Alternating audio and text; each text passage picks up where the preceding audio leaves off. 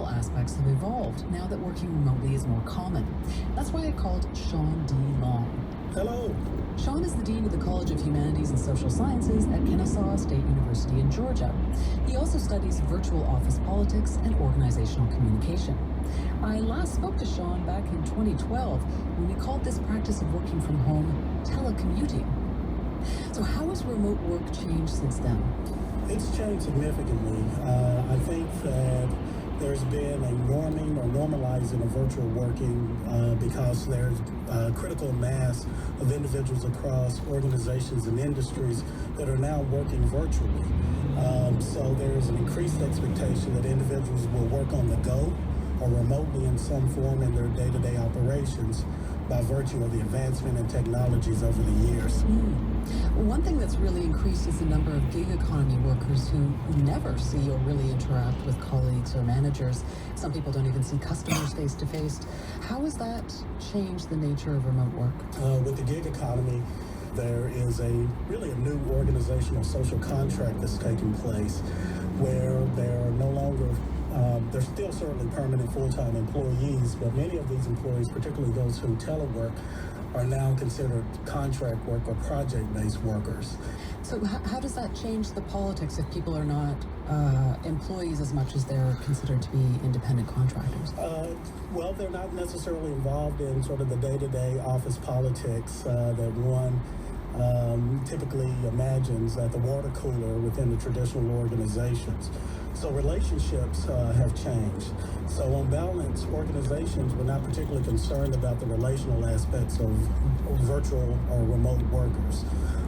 Initially, organizations viewed virtual workers as a cost-saving boon for organizations. So their best workers who were already pretty productive are now even more productive and they cost less. And they were less political because many of the dynamics that were happening in the formal organization and the face-to-face situation, that's kind of disappeared because most of the virtual work is task-related. Our last guest talked about the importance of trust. Is that still an issue between supervisors and remote employees, or is that changing now that working from home has become more common? It is changing. So the organization viewed and continues to view virtual workers working as a benefit, not solely as an alternative way of working. So only the most trusted employees have the option to work virtually. Even in my own organization, not everyone has the option of working virtually, although some of the work can be moved digitally and online. There's still a sense by management that individuals will revert back to the idea that left to their own devices, humans would much rather play than work. So there is still this distrust. The employee has also normalized the distrust toward the organization. So many of the individuals whom I've interviewed over the years have actually settled into a trade-off mindset dealing with trust. That since they work away from the office, they may or may not get a promotion because they feel that they have to participate in office politics. And many of them are not willing to do that in the same way that they did it in sort of the face-to-face environment.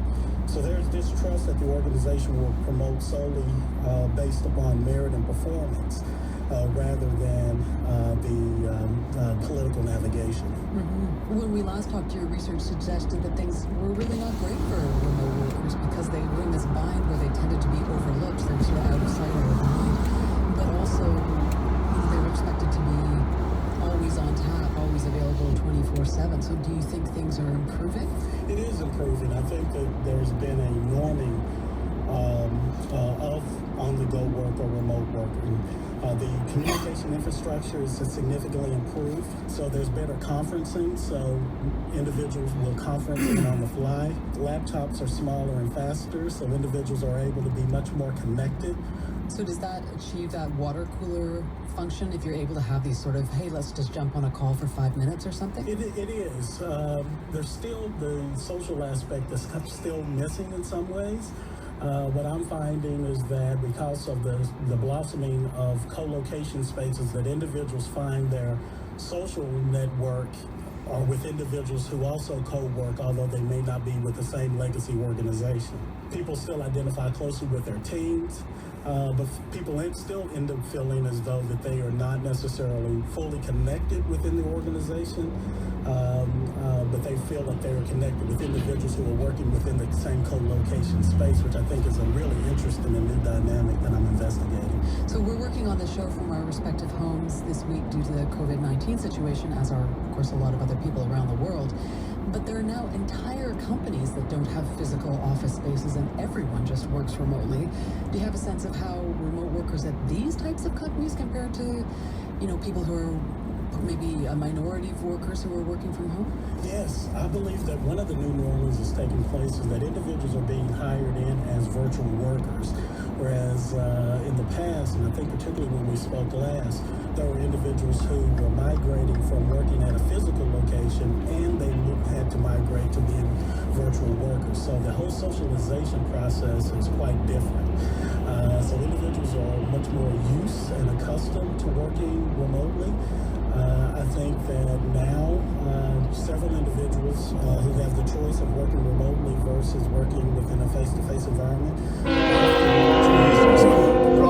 because of the flexibility.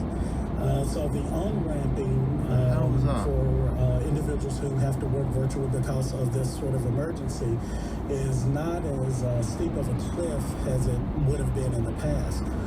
For example, at my institution, we currently offer about 25% of our courses online.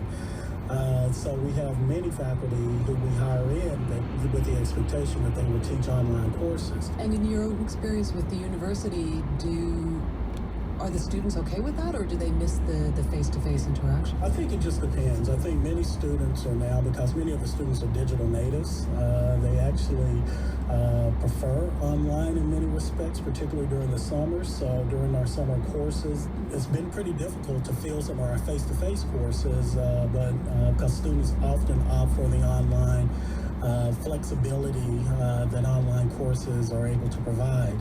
We're completely online as an institution now because of the coronavirus situation, and I've not had any issues. I've heard anything so far.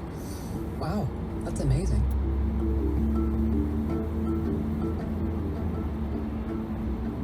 I'm Nora Young, and this time on Spark, we're talking about remote working. Now, obviously, these are not ordinary work-from-home times, but we want to explore what it takes to work remotely effectively for those who don't need to be in a physical location.